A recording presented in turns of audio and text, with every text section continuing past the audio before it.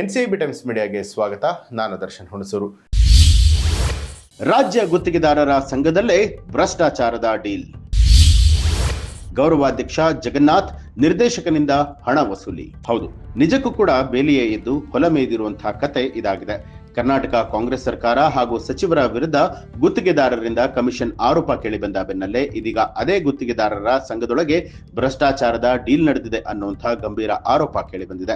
ಸರ್ಕಾರದ ವಿರುದ್ಧ ಧ್ವನಿ ಎತ್ತಿದ ಗುತ್ತಿಗೆದಾರರ ಸಂಘದ ಪದಾಧಿಕಾರಿಗಳೇ ಬಡ ಗುತ್ತಿಗೆದಾರರ ಹೊಟ್ಟೆ ಮೇಲೆ ಹೊಡಿತಾ ಇದ್ದಾರೆ ಅನ್ನುವಂತಹ ಆರೋಪಗಳು ಕೇಳಿ ಬಂದಿದ್ದಲ್ಲದೆ ಅದಕ್ಕೆ ಸಂಬಂಧಿಸಿದಂತ ಆಡಿಯೋ ಕೂಡ ವೈರಲ್ ಆಗಿದೆ.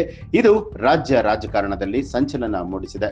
ರಾಜ್ಯ ಗುತ್ತಿಗೆದಾರರ ಸಂಘದ ಪದಾಧಿಕಾರಿಗಳು ಹಾಗೂ ಅವರ ಸಂಗಡಿಗರು ವಿವಿಧ ಸರ್ಕಾರಿ ಇಲಾಖೆಗಳ ಟೆಂಡರ್ ಪ್ರಕ್ರಿಯೆಯಲ್ಲಿ ನೇರವಾಗಿ ಭಾಗಿಯಾಗಿದ್ದು ಬಡ ಗುತ್ತಿಗೆದಾರರಿಂದ ಕಮಿಷನ್ ವಸೂಲಿಗೆ ಇಳಿದಿದ್ದಾರೆ ಅಂತ ಹೇಳಲಾಗಿದೆ.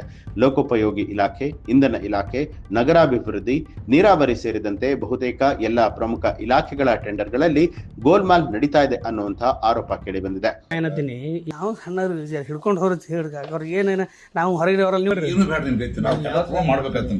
ಅಲ್ಲಲ್ರಿ. ಈ ಭ್ರಷ್ಟಾಚಾರದ ಡೀಲ್ನಲ್ಲಿ ರಾಜ್ಯ ಗುತ್ತಿಗೆದಾರರ ಸಂಘದ ನಿರ್ದೇಶಕ ಮಂಡಳಿ ಗೌರವಾಧ್ಯಕ್ಷರಾದ ಜಗನ್ನಾಥ್ ಜಿ, ಶಿವಾಜಿ ಹಾಗೂ ನಿರ್ದೇಶಕರಾದ HR ಚಿಂಚಳಿ ಅವರ ಹೆಸರುಗಳು ಕೇಳಿಬಂದಿರುವಂತದ್ದು. ಟೆಂಡರ್ಗೆ ಬಿಡ್ ಹಾಕಿರುವಂತಹ ಬಡ ಗುತ್ತಿಗೆದಾರರಿಗೆ ಬಿಡ್ ವಾಪಸ್ ಪಡೆಯುವಂತೆ ಒತ್ತಡವನ್ನ ಹಾಕಲಾಗ್ತಾ ಇದೆ. ಇದಕ್ಕೆ ಒಪ್ಪದೇ ಇದ್ರೆ ಬೆದರಿಕೆ ಹಾಕಲಾಗುತ್ತೆ ಅನ್ನುವಂತಹ ಆರೋಪಗಳು ಕೂಡ ಕೇಳಿ ಬಂದಿದೆ. ಈಗ ನಾ ಏನತ್ತೀನಿ, ನಾವು ಸಣ್ಣ ಹಿಡ್ಕೊಂಡು ಅವ್ರಿಗೆ ಏನೇನ ನಾವು ಹೊರಗಡೆ ಅಲ್ಲಲ್ರಿ. ಈಗ ನಾ ಏನತ್ತೀನಿ, ಈಗ 14 ಮತ್ತೆ ಇದನ್ನ ಕಮ್ಮಿ ಮಾಡ್ರಿ ಒಂಚೂರು. ಅಲ್ಲ ಪರ್ಸೆಂಟೇಜ್ ಕಮ್ಮಿ ಮಾಡ್ರಿ. ಅಲ್ಲಲ್ರಿ, ಇದು ಇದ್ರಾಗ ಕಮ್ಮಿ ಮಾಡ್ರಿ ಒಂಚೂರು. ನನಗೆ ಹೆವಿ ಅದ್ರಿ ಅಲ್ಲಿ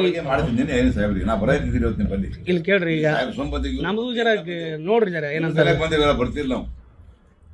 ಅಲ್ಲ ನಮ್ದು ಒಂದ್ ಜರ ಹೈರಾಣ. ಈಗ ಕಾಂಟ್ರಾಕ್ಟರ್ ನೋಡ್ರಿ ನೀವು ಅಲ್ಲೇ ಮೂರು ಕಮ್ಮಿ ಆಗ್ತಿದ್ದಿಲ್ಲ ಈ ಸಾಹೇಬ್ರ ಮಾತು ಇವ್ರಿಗೆ ಬರಲ್ಲ. ಅಲ್ಲ ಈಗ ನೋಡ್ರಿ ಮೂರು ಕಮ್ಮಿ ಮಾತಾಡ್ತಿಲ್ಲ ಹೊಟ್ಟೆನ. ಈಗ ಅರ್ಧ ಕಮ್ಮಿ ಆಯ್ತು ನನಗೀಗ. ಅಲ್ಲದೆ ತಾವು ಹಾಕಿದ್ದ ಬಿಡ್ ವಾಪಸ್ ಪಡಿಬೇಕಾದ್ರೆ ಗುತ್ತಿಗೆ ಮೊತ್ತದಲ್ಲಿ ಮೊದಲಿಗೆ 3% ಕಮಿಷನ್ ಕೊಡಬೇಕು ಅನ್ನುವಂತ ಬೇಡಿಕೆ ಇಡಲಾಗಿತ್ತು. ನಂತರ ಮಾತುಕತೆ ನಡೆದು 2.5% ಕಮಿಷನ್ಗೆ ಒಪ್ಪಿಗೆ ಕೊಡಲಾಗಿದೆ ಅಂತ ಹೇಳಲಾಗಿದೆ. ಗುತ್ತಿಗೆ ಸಿಕ್ಕ ಕೂಡಲೇ ಡೀಲಿಂಗ್ ಹಣವನ್ನ ನೀಡುವಂತೆ ಗುತ್ತಿಗೆದಾರರಿಗೆ ತಾಕೀತು ಮಾಡಲಾಗ್ತಾ ಇದೆ ಅನ್ನುವಂತ ಆರೋಪ ವ್ಯಕ್ತವಾಗ್ತಾ ಇದೆ.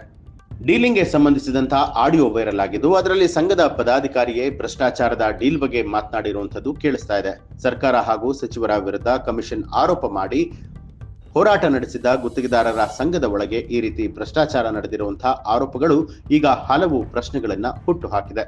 ಸಂಘದ ವಿಶ್ವಾಸಾರ್ಹತೆ ಬಗ್ಗೆ ಸಂಶಯ ಮೂಡುವಂತಾಗಿದೆ. ಈ ಒಂದು ಮಾಹಿತಿಗೆ ಸಂಬಂಧಪಟ್ಟ ಹಾಗೆ ನಿಮ್ಮ ಅನಿಸಿಕೆ ಅಭಿಪ್ರಾಯವನ್ನ ಕಮೆಂಟ್ ಮಾಡಿ ತಿಳಿಸಿ. ಹಾಗೆ ನೀವಿನ್ನೂ ಕೂಡ ನಮ್ಮ ಚಾನಲ್ ಅನ್ನ ಸಬ್ಸ್ಕ್ರೈಬ್ ಮಾಡಿಲ್ಲ ಅನ್ನುವಂಥದ್ದಾದ್ರೆ ಈಗಲೇ ಸಬ್ಸ್ಕ್ರೈಬ್ ಮಾಡಿ ಬೆಲ್ ಐಕಾನ್ ಒತ್ತಿ.